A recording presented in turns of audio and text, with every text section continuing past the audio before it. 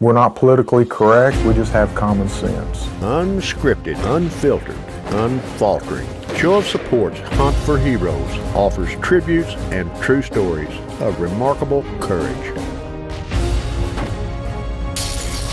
If these terrorists could come in your bedroom, they'd kill you, your wife, and your kids. And that's what these men are fighting to protect us from, these murdering idiots. And they're taking them out so that we don't have to deal with them over here. Show of Support started it all just after the shock and awe bound the nation together. Now, years of footage portraying wounded veterans, deer stands, and standing ovations. Hunt for Heroes, that started as one man's way to say thanks, is now a series that many say is way overdue.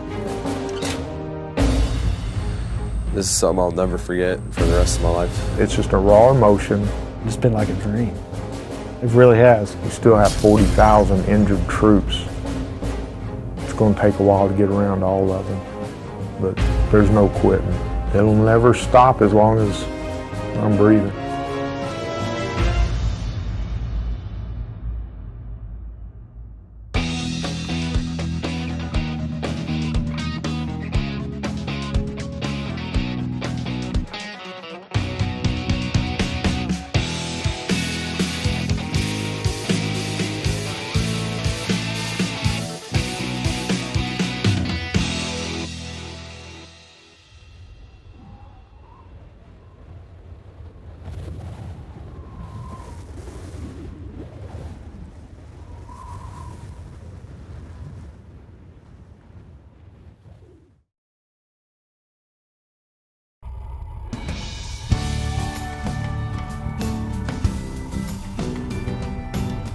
Coming to Texas, I've always heard they're big into their deer hunting. So when we got to do it, now I can see what all the hype's about. All the people coming down here to hunt. You know, I don't blame them now. I always thought they were weirdos. It's what mornings in South Texas were made for. Heading back to camp with a nice whitetail buck. For hunting guide Aldo Maldonado, this is routine. But for United States Marine Israel Moran, it means something so much more.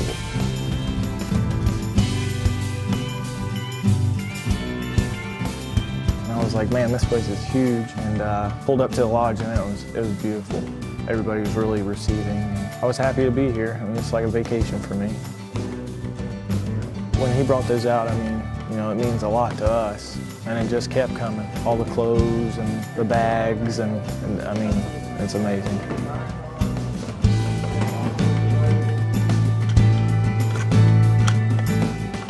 I've pretty much shot everything and anything. But when I got to shoot this, I mean, I didn't know what to expect. I've never shot a 25-06, and I was praying it was somewhat close because I hate doing adjustments on my scopes. All of them low. Shot low. This is all new for Israel Moran, a country boy from Yadkinville, North Carolina. This Tar Heel never imagined the twists and turns his life would make when he signed up for the recruit training with the Marine Corps. I signed up to do this job. A lot of people don't choose to do it. I've wanted to do it since I was 6th grader. I seen a Marine TV ad, a guy fighting a dragon. Just something about that commercial made me want to join. So time came and I joined. All in all, you know, this is what I wanted to do. But at the same time, you know, we are protecting not just their freedom. You know, we're protecting everybody as a whole. A lot of people don't realize that. And I'd rather not them come over here. I'd rather just go over there and deal with them myself. We're obviously trained to deal with this type of situation, and people here aren't. So when something bad happens, they don't know what to expect. When something bad happens to us, we just take it on the chin and move forward. That's just how we operate. There, it made it that time. Made a little move to the right, but it's good. Sight's good? Yes. It's a good feeling to know that the gun shoots, and it shot straight. I wasn't even expecting to go out that afternoon. I thought we were just going to sight in, and the first thing in the morning we were going to go out. So when they told us to load up, you know, dress out, you're going, I was nervous because this is the first time I've done this, so I didn't know what to expect. Israel and Aldo head out on another warm November afternoon. It's another show of support hunt for heroes on the famous Herradura Ranch in the brush country of South Texas. Israel is all ears and eyes, taking in every moment of this first in a series of special times. Once we pulled up, I was like, oh yeah, this is familiar. I'd seen it on TV and other shows. We got to the blind and everything got set up, and I was nervous pretty much the whole time. I was ready. You know, I was enjoying my time, even though, you know, I didn't know what I was doing. It feels pretty good because usually you're waiting there for a good little bit. It gets kind of boring at times, but as soon as the first deer walks up, I mean, your heart starts going a little bit faster, and you're wondering when the next one's going to pop up, when your deer is going to pop up, and you're just ready to go. It didn't take long for a nice buck to appear. A buck that needs another year or two, but it's a sight that gets Israel pumped up. In North Carolina, they don't get much bigger than that. Most of them are on the smaller side. It's very rare that you see big whitetails. When I seen the buck, I was just like, well, I'm gonna get the green light first to make sure it's okay. And he's like, no, they get bigger. This isn't the one you should take. So I was like, okay, kind of dropped my head a little bit, but Aldo's the guide and he knows best.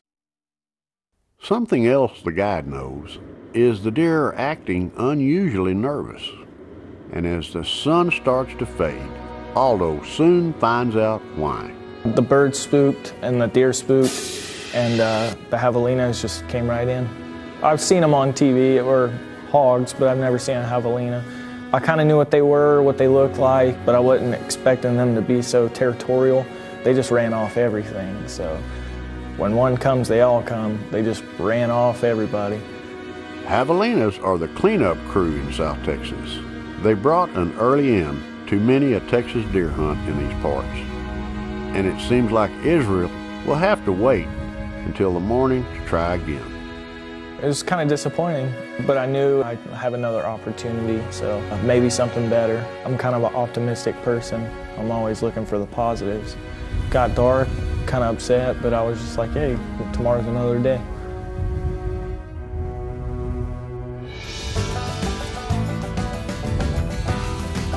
Getting a little crowded with a swarm of javelinas taking over, making this whitetail hunt a test of one Marine's patience. When Show of Support Hunt for Heroes continues. Stay with us.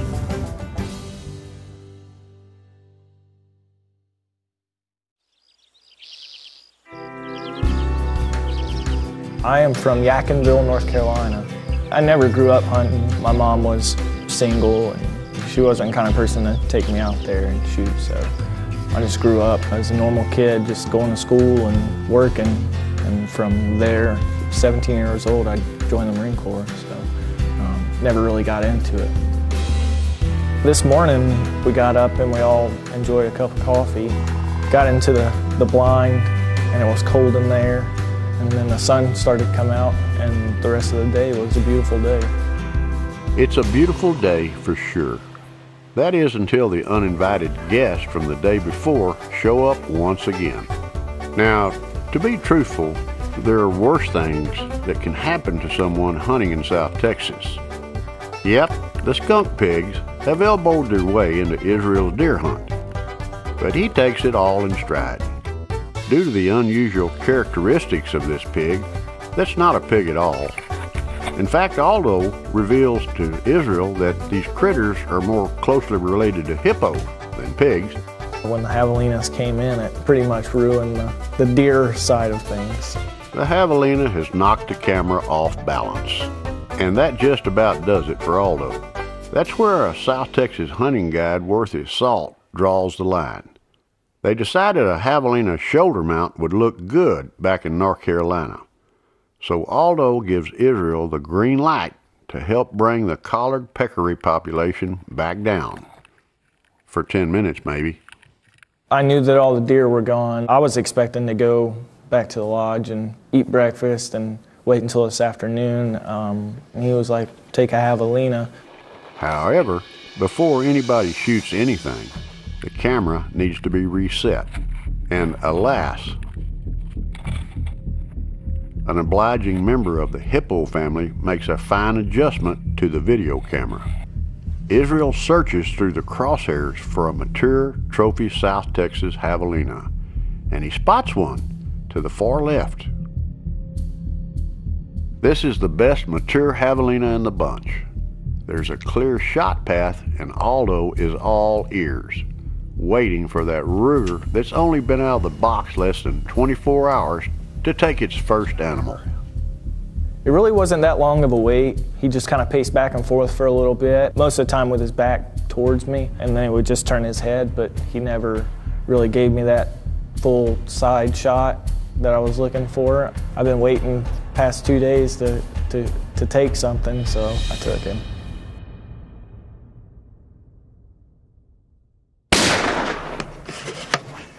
Yeah, I let a round down range, which means I assaulted my target, and he didn't move. An important scientific discovery is reaffirmed here, that it's physically impossible not to break out in laughter after shooting a javelina. It felt pretty good. I was expecting him to run off, but after I'd seen the damage, I could understand why. It was exciting to walk up on them. The teeth on them are huge. Definitely wasn't expecting that. You really can't see it from as far as we were back, but they smell horrible. They're not the most pleasant animals, but fun to hunt. There's not much to say about a dead javelina. Oh, to be fair and sensitive, they are a game animal in Texas, and yes, they have a role in the ecosystem and all that. Something Aldo and many hunting guides in the brush country can't understand. And most important, they do make great rugs and shoulder mounts. Who would have thought, 2 years later after my incident, I was actually going to be in Texas on a hunting trip with random people I don't even know. I mean, it's something I'll never forget. I shot a javelina in Texas. A lot of people can say that, but where I'm from, a lot of people can't say that. Plus, Aldo reveals that Israel's deer hunt isn't over by a long shot. There's still another day ahead. A long hunt comes down to a quick last-second move. When Show of Support Hunt for Heroes continues. Stay with us.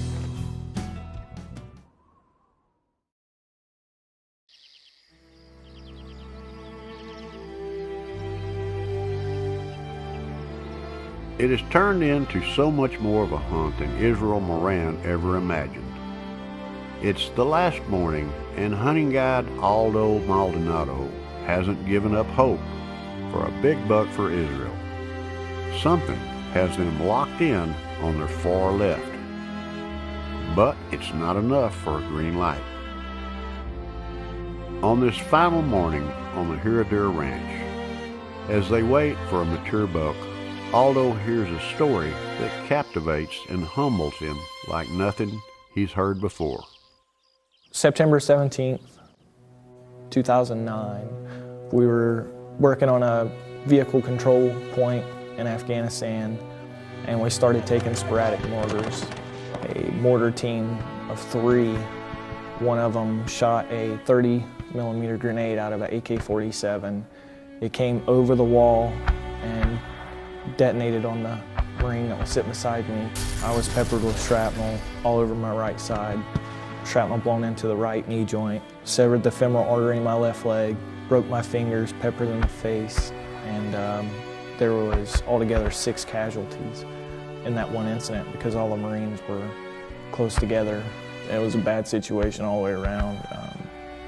My squad leader came in, put the tourniquet on me, and within 10 minutes I was already airborne. Landed in Camp Bastion, and I went into immediate surgery.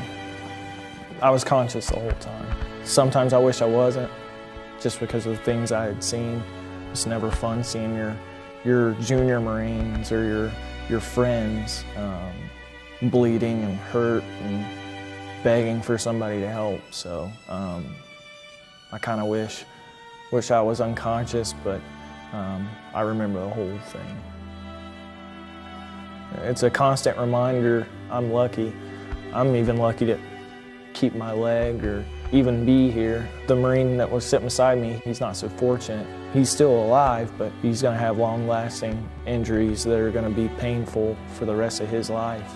It's a 1 in a million shot, and happened to be us.